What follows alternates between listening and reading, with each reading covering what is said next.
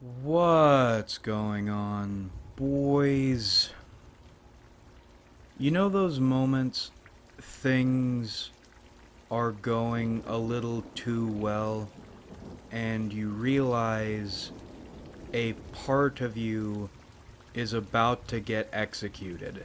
One of those happened, and we're going to talk about it, that process, how that feels, and then we're going to cope. I like teaching. It's rewarding. It feels good. I had to confront the fact I am not good at teaching groups. At least when you're supposed to care about individuals, which I think should be all the time. But it isn't. You can't prioritize group teaching and individual teaching at the same time. Or at least I can't. I've had opportunities to teach groups before, and every single time I ran into what the hell moments. Not random, something irrelevant or disruptive you can brush off. I mean, this is relevant, but you're supposed to know it already, or this is relevant, but I think it's outside my capabilities at this split second to come up with an explanation you would understand and could implement.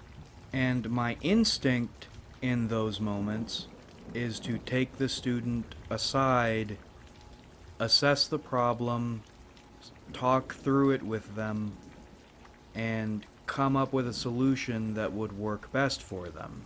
But that takes a lot of time, and you're neglecting all your other students when you do that. But if you don't do it, you're leaving this student to the wolves. Now, in university, my professors taught me how to get past those moments, and you get past them by bullshitting. You say something along the lines of, we'll talk about that at the end of class, or I think that's coming up later, or you and I can speak about this after class, something along those lines. Or you bullshit and say something completely different. And that keeps the lecture's momentum going, but you're covering up the fact you're still leaving this confused individual stranded. And in teaching, it turns out, you must either do what I just mentioned, leave an individual stranded, which makes me angry, or you have to do both, prioritize the group and prioritize the individual, which I am unable to do. I have no idea how to do it. This isn't to say I'll never teach, but it was, for right now, a confrontation with the reality you either do something you hate or try to do something you can't. And that's that. A lot of finality. So the current plan is 6 feet under until I can find a way to resurrect it. I've been thinking a lot about reality, decisions, and the past lately, or the way the present becomes the past. You make a decision or something happens now, and you know it will affect your future. Then, once your future is your present, you look at the past and see all the ways that thing is setting the boundaries for your now. These moments can seem like they're just moments, but they change everything. Some moments have more gravity than other moments, but every moment has gravity. And when your series of moments culminates in what is effectively a dead end unless you want to try to force things, which never goes well. It feels like breaking a limb. You see it, it's having a tremendous impact on you, but you aren't completely feeling it yet. But, oh my god, you know you will. And when I say you're going to feel it, I don't just mean emotionally. I mean, this thing is going to ripple across your present, your future, and your past. There's a video I'll link in the description I stumbled across a couple days ago, which gave me a feeling this was going to happen. It's about how if options 1 through 8 don't suit you, you need to find a ninth, or make a ninth happen. If you don't, you'll live your entire life knowing you're doing something unsuited to you, and that will rot you inside. Thus, if you'll indulge me, videos are supposed to have points, but I'll talk about aspects of teaching I can do and like doing, based on past highlight experiences. I'm good at teaching individuals because we can tailor our time according to their needs and their strengths. Tutoring as a career is something you can do, but it isn't consolidated. There is very little job security, but it's rewarding because you can spend all the time you need bringing someone up to an acceptable level, and you both can see progress. And then, once you've gotten them to that level, you can kick it into high gear with that good shit. I'll go over a few instances of what I'm talking about. In my department, any student other tutors didn't want to work with, they sent my way. For the most part, that meant difficult or disruptive students, ESL students, graduate students, particularly those working on dissertations, and in this case, a neurodivergent student. And in our first session, I was confused because he didn't want any writing help. He wanted someone to go over assignment directions with him and explain them one by one. And that wasn't what we were supposed to be doing, but that was what this student needed. So we would go over assignment directions, and those appointments eventually became writing appointments, which is what we were supposed to be doing.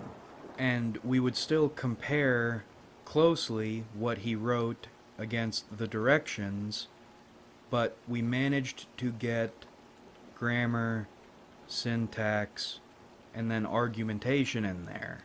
And by the end, not only would people not look sideways at his papers, but also many of them were well argued.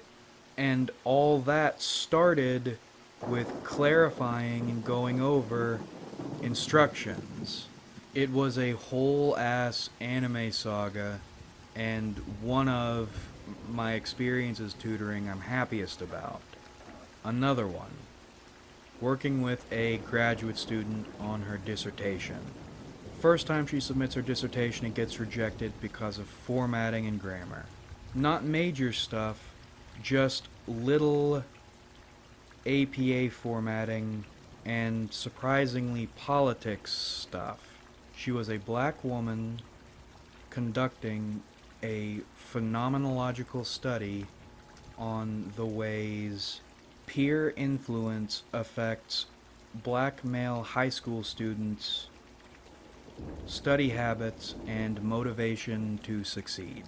I remember it being interesting and funny because the results were, as you'd expect, positive peer influence affected their study habits and motivation positively, but especially female peer influence affected their study habits and motivation a whole lot. And in fact, female students were more interested in helping them not just with positive vibes, but with actual studying and threatening, you better get your shit together and do this stuff. It was a neat study.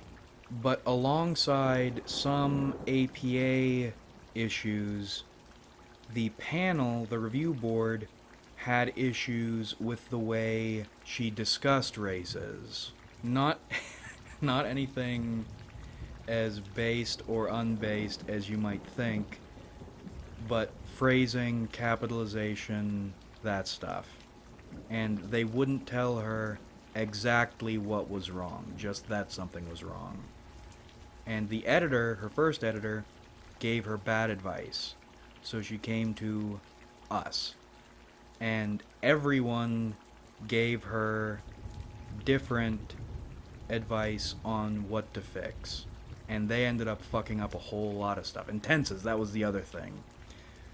When to use present tense versus past tense, because APA has labyrinthine, if that's the right word, rules for tenses.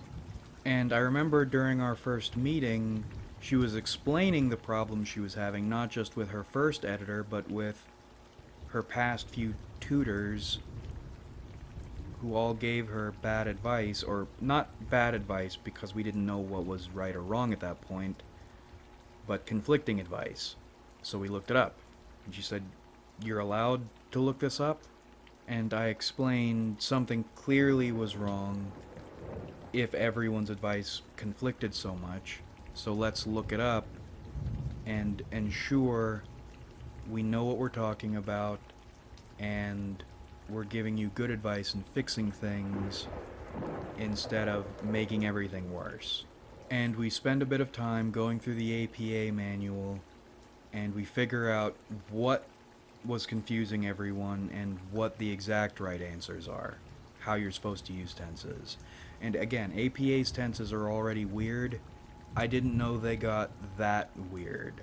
And the races thing too. It turns out you can discuss races a bunch of different ways, but you have to choose one, and it can't be this one, it has to be that one, or any of these, but not this way. It was all fucky-wucky. But we got it sorted out. And once we got it sorted out, we were able to move quickly, correct past errors, get further in than we thought we would. And I apologized for our lab's lack of consistency, and I sent everyone the correct information. And during her next appointment with someone else, they again gave her conflicting bad advice. And she pulled it up and proved that they didn't know what they were talking about. And she had kind of been going insane at this point because everyone was giving her bad advice, and then someone tried to give her bad advice again. And again, I feel bad for her, but she called my boss at night and blew the fuck up on her, and then praised me a whole lot. While I felt terrible for the bureaucratic hell this woman was going through, it felt really good to hear about that afterward, knowing my boss had given me shit, saying I was never prepared for anything, even though I was always prepared for things, and proving in an explosive way I'm one of the only people who was prepared for things. It's a snacky, kookacky thing to talk about, but it felt really good. She was very nice to me, and I was I'm just happy to help. I'm starting to ramble, but we'll talk about other instances real quick. There was a business major, younger dude. If ever there were a crystallized image, or the quintessential image of an ISTJ, he was that. Detail oriented, awesome formatting, pleasure to read, had some trouble with grammar.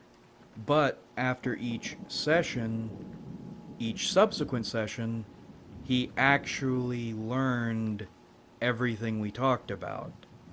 I would almost never see the same mistake twice in his papers. And we very quickly got into high-end English stuff. Persuasion. That felt really good. There was a 60-year-old woman from Louisiana who now was trying to get her degree. And nobody wanted to work with her because almost nobody could understand her. And in terms of literacy, she was operating at a lower level. And she spent, during our session, she would want to talk about her kids. But after a few sessions, we developed a rhythm. We were finally able to understand one another. And we were able to, again, get her papers to a point nobody would look sideways at them. And she started booking me exclusively and was always extremely kind to me. There was an old man, hard of hearing, very smart and tech savvy, so tech savvy in fact. He was part of a senior learning community. He was studying how best to incorporate technology into senior learning.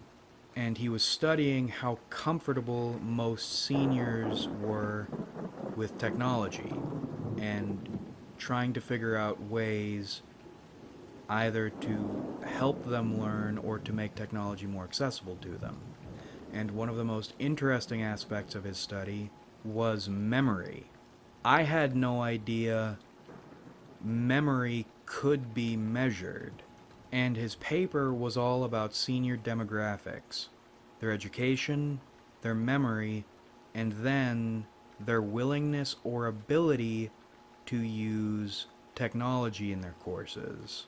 And what stood out to me in his dissertation was the more educated a person is, and the more they seek education throughout their life, the better their short and long-term memory is later in life.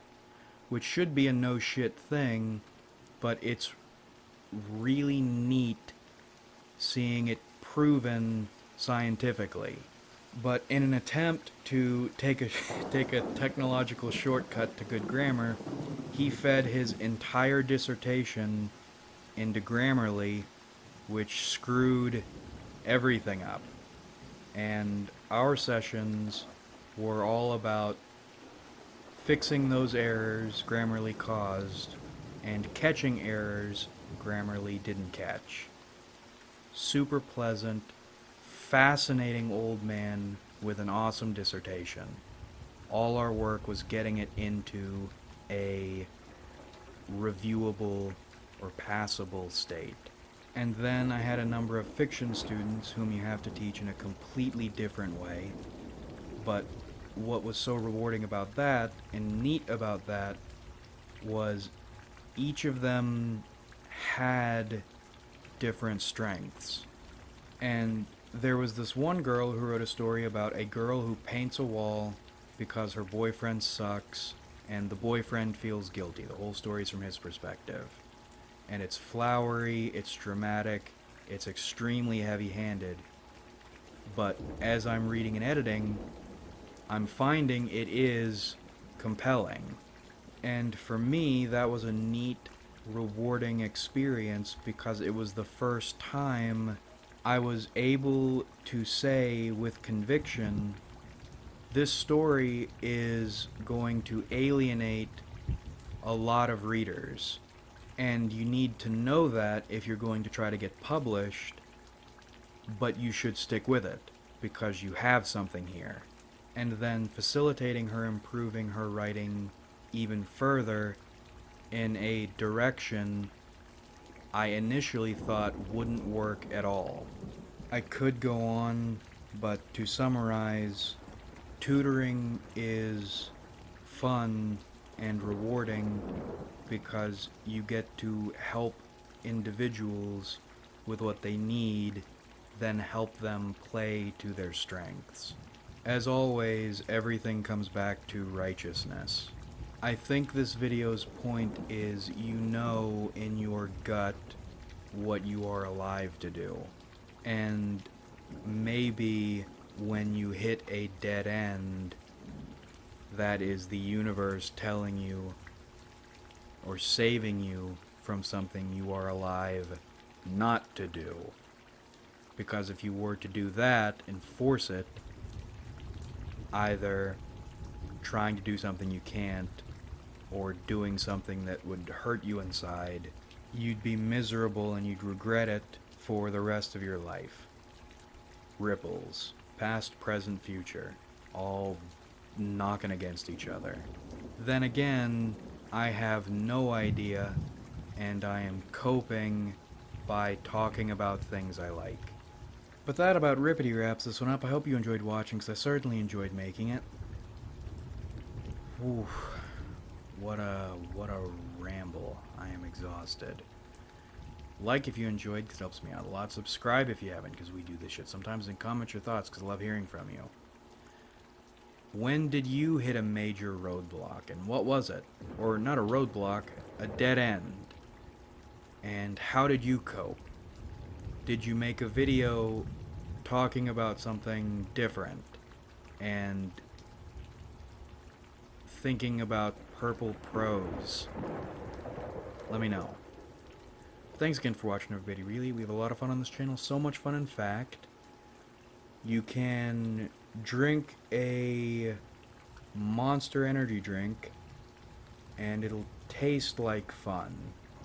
The Zero Ultra. We are on the boomer shit.